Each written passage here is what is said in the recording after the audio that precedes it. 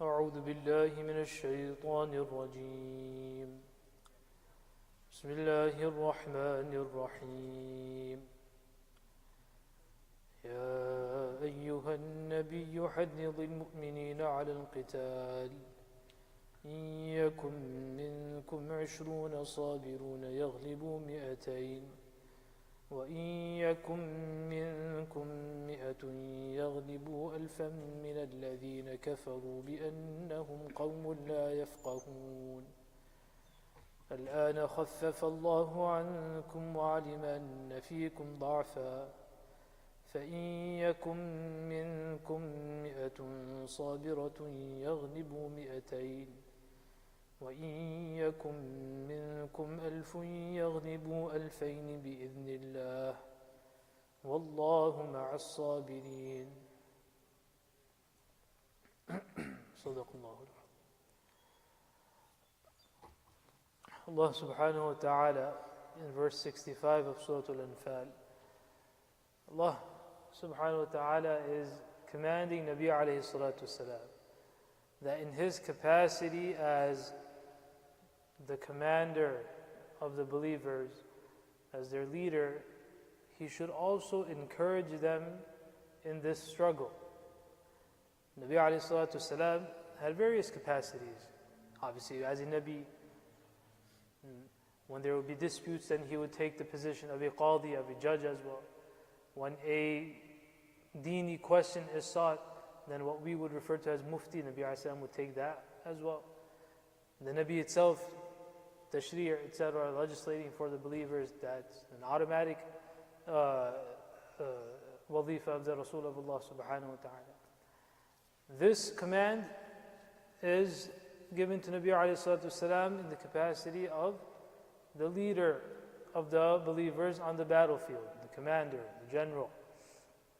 And this will be applicable to all commanders after that as well.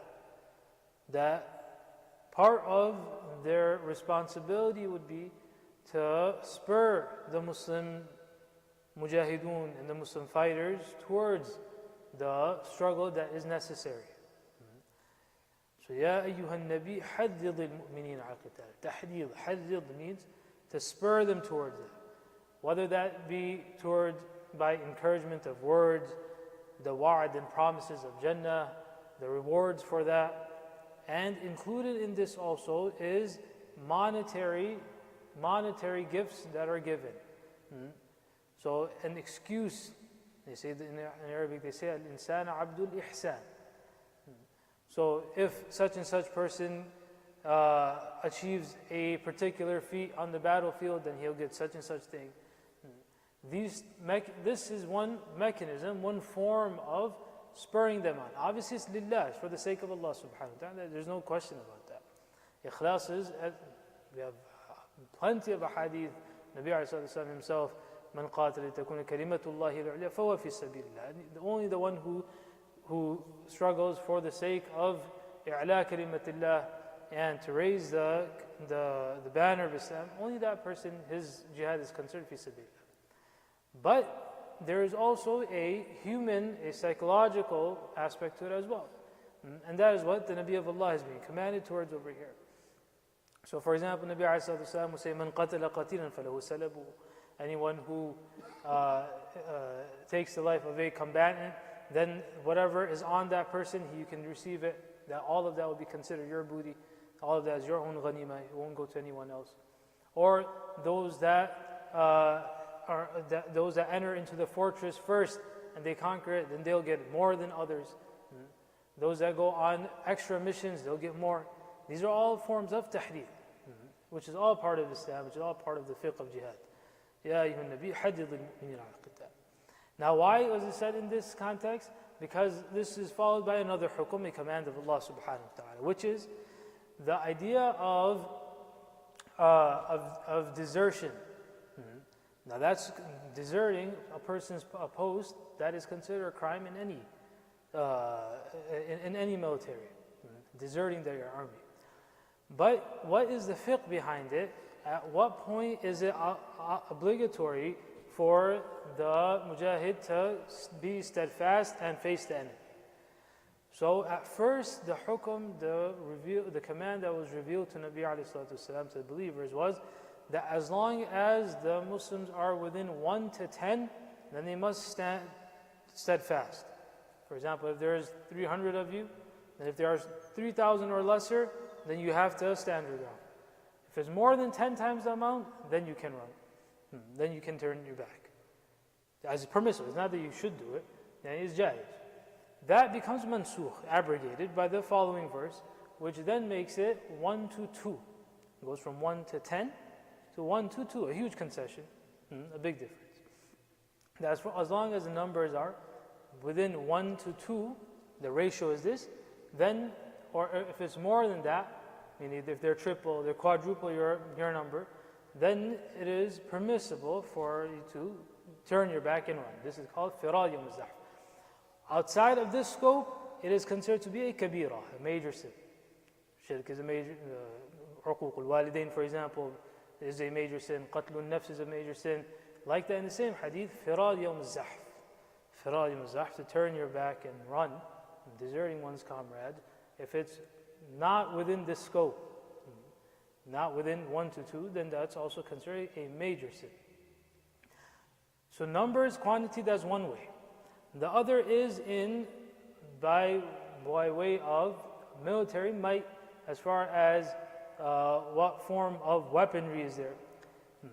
So if the enemy's weaponry is such that it is far beyond your capacity, that you're throwing rocks, they're dropping bombs upon bombs, drones and attacks, etc., then it's also jaiz.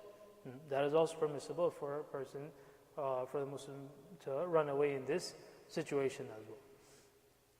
إِن يَكُن مِّنكُمْ 20 صَابِرُونَ يَغْلِبُوا 200.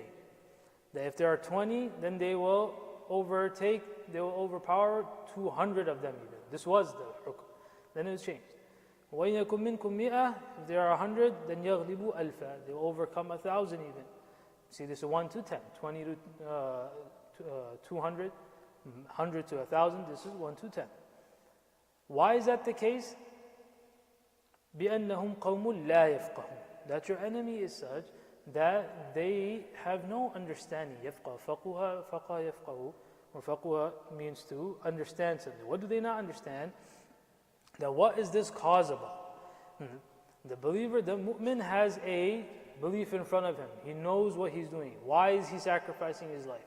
And he knows there's something called Jannah. He knows that that what matters is to sacrifice his life for the sake of Allah subhanahu wa ta'ala. The ghayr Muslim, the one who does not have this iman, he does not have any yaqeen in the akhirah, he has no real understanding of what he is doing. الآن خفف الله عنكم. Now Allah subhanahu wa ta'ala has lightened the burden, the hukum, the command upon you. وَعَلِمَ أَنَّ فِيكُمْ ضَعْفًا. He knows that there is a weakness in you as well. There's a very enlightening hadith in Abu Dawud about this.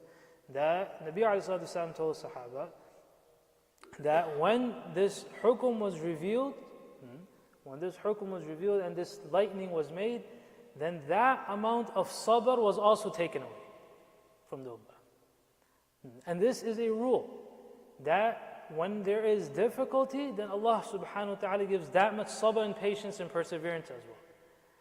And the more stuff and material things that a person gets, then that much sabr also becomes lessened. So it goes back to the same.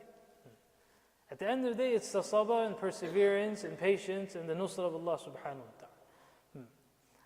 فَإِن يَكُن مِّنكُم 100 صَابِرَةٌ يَغْلِبُوا 200. So now the hukum is, if it's 100, then as long as there's 200 or lesser, then you'd have to face, meaning 1 to 2. وَإِنْ يَكُنْ مِنْكُمْ أَلْفٌ, if there's 1,000, يَغْلِبُ أَلْفَيْنِ بِإِذْنِ اللَّهِ. With the command of Allah subhanahu wa ta'ala, you can even overcome 2,000. وَاللَّهُ مَعَ الصَّابِرِينَ. See at the end of the ayah, وَاللَّهُ مَعَ الصَّابِرِينَ. Allah subhanahu wa ta'ala is with the ones who are patient and those that persevere. We make dua that Allah ta'ala gives us understanding.